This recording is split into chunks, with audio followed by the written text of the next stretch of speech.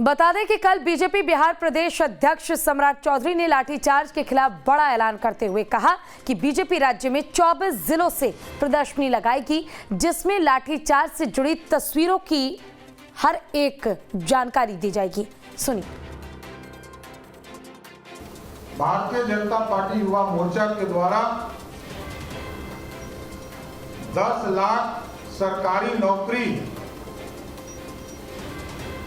शिक्षकों के मुद्दों को लेकर और 13 जुलाई के लाठी चार्ज को मुद्दा बनाकर पूरे बिहार में सभी जिला हेडक्वार्टर पर, सभी मंडल हेडक्वार्टर पर युवा मोर्चा के द्वारा प्रदर्शनी लगाकर किस तरह लाठीचार्ज नीतीश कुमार की सरकार ने किया, हम सभी जगह पर हस्ताक्षर अभियान शुरू करेंगे।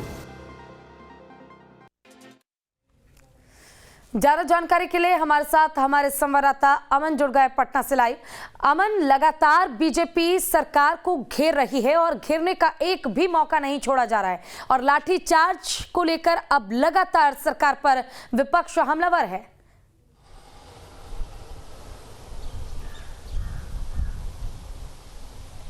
जी बिल्कुल पूजा, जिस तरीके से बीजेपी लगातार सरकार को घेर रही है, लाठीचार्ज को लेके कई अन्य मुद्दे हैं उसको लेके भी लगातार बीजेपी घेर रही है। मानसून सत्र में भी जो सत्र चला 5 दिनों का, उसमें पूरा सत्र जो है हंगामे के भेंट चढ़ गया, क्योंकि लगातार बीजेपी सरकार को घेरते हुए नजर आई। कई मुद्दे थे, शिक्षक नियुक्ति को लेकर थे, तेजस्वी यादव के इस्तीफे को लेकर थे, वहीं जिस तरीके से 13 जुलाई को लाठीचार्ज हुआ उसको लेकर भी अब बीजेपी बिहार के सभी जिलों में अपने जो उनके कार्यालय हैं, मंडल कार्यालय हैं, जिला कार्यालय, उन सभी जगह प्रदर्शनी लगाने जा रही है। 24 जुलाई से इस प्रदर्शनी की शुरुआत होगी। भारतीय युवा मोर्चा के द्वारा ये प्रदर्शनी लगाई जाएगी। 9 अगस्त तक ये प्रदर्शनी लगाई जाएगी, जिसमें लाठीचार्ज में हुए जो भाजपा कार्यकर्ताओं पर लाठीचार्ज हुई है उसकी तस्वीर दिखाई जाएगी। आम जन को ये बताया जाएगा कि किस तरीके से ये जो सरकार है वो आम जनों के हित के लिए बात करने वाले लोगों पर लाठियाँ बरसाती है। वहीं शिक्षक नियुक्ति को लेकर भी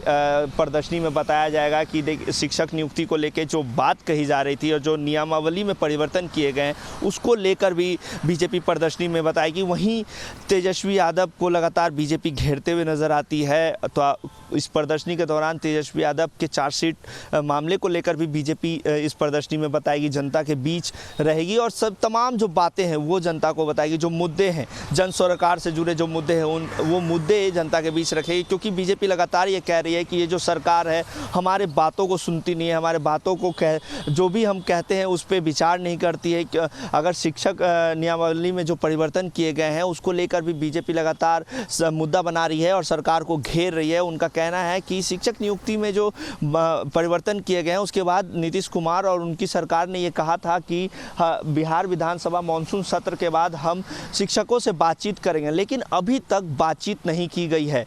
उसको लेकर भी सम्राट चौधरी ने कल कहा कि नीतीश कुमार सिर्फ और सिर्फ अपने राजनीतिक लाभ के लिए राजनीति करते हैं, उन्हें बिहार की आवाम से कोई मतलब नहीं है। वहीं विजय सिंह की मौत को लेकर भी लगातार सियासत थमने का नाम नहीं ले रहा है, लगातार बीजेपी इसका जिम्मेदार नीतीश सरकार को बता रही है। तो इस प्रदर्शनी के दौरान तमाम जो मुद्दे रहेंगे वो मुद्दे दिखाए जाएंगे, जनता के बीच जाकर बीजेपी बताएगी, तस्वीरें लगाएगी, लाठीचार्ज में किस तरीके से उनके कार्यकर्ताओं पर लाठीचार्ज हुई है, तमाम तस्वीरें इस प्रदर्शनी में दिखाया जाएगा। पूजा बिल्कुल, देखिए, लेकिन अमन, सवाल तो यही है कि आखिर जो लाठीचार्ज की तस्वीरें थी वो सभी ने देखी है, बिहार की जनता ने भी देखी, लेकिन उसके बावजूद इस तरह की प्रदर्शनी लगाना, और क्या वाकई जनता के पास इतना समय है, इतना टाइम है, और क्या वाकई लोगों पर इस प्रदर्शनी का प्रभाव कुछ पड़ेगा? जिस उद्देश्य के साथ, जिस राजनीतिक लाभ के लिए बीजेपी इस प्रदर्शनी को लगाने जा रही है, कुछ फायदा मिलेगा बीजेपी को?